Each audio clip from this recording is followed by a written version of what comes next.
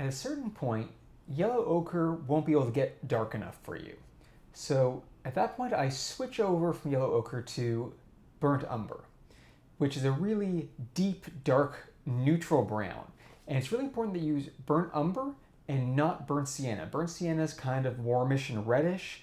And if you happen to be using oil paint, it tends to be a very oily color and can tend to seep through later on and cause cracks in your paintings if you use it too early. Burnt umber is fabulous in both oil and acrylic. In oil, it will dry very quickly. It's one of the fastest drying colors, so it's great for a bottom layer. So I've already put some out on my palette, and I'm going to just mix it with a lot of water, just like I did before, keeping it fairly thin. And I'm going to go right for the darkest darks. And I'm going to leave some of the yellow ochre alone because I'm going to let it sit there as a mid-tone. And I'm still going to leave some of those white highlights white, and I'm probably not going to touch the blue at all. So I'm really just trying to get the darkest areas to be even darker. So right here in this corner, this is where some of my deepest, darkest shadows are from the photograph I'm working with. So I want to get to those first.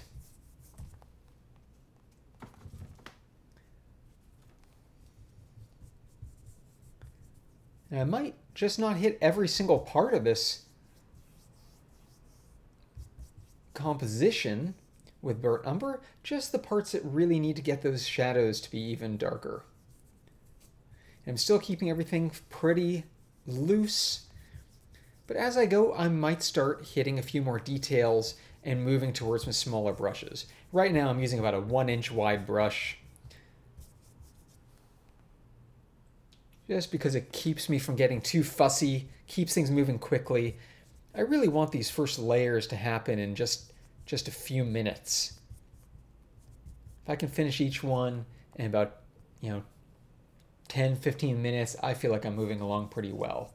Don't rush it if you feel like you're making some mistakes. You can always slow down, no need to go as quick as I'm going. But I've been doing this for a long time and I've gotten fairly comfortable with this process. So it feels fairly comfortable for me to do this.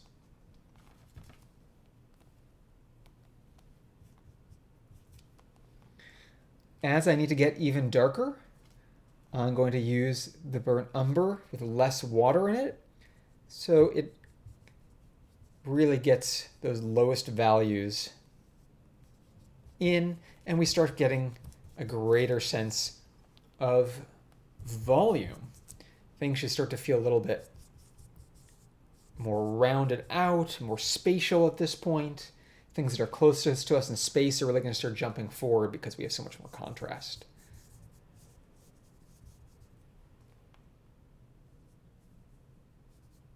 I can get some of these cracks in the rock and better differentiate some of the planes between one facet of the rock and the others. If you don't feel comfortable going a really dark brown, just water it down more. No need to rush it if you're not comfortable with it, and just as you go, you can get a little darker with it.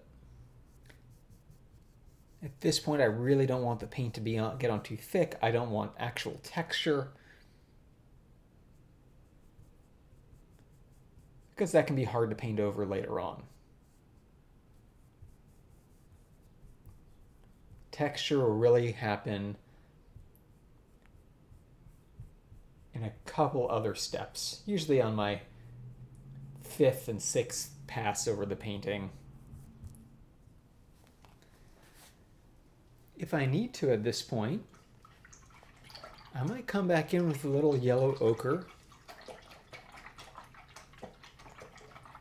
and darken some of my midtones.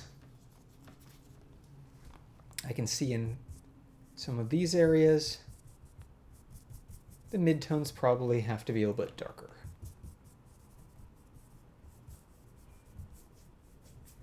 Once you finish this full range of values, you'll have a really good roadmap for future layers. We're going to cover this all up, but this will help guide us for what we need to do next.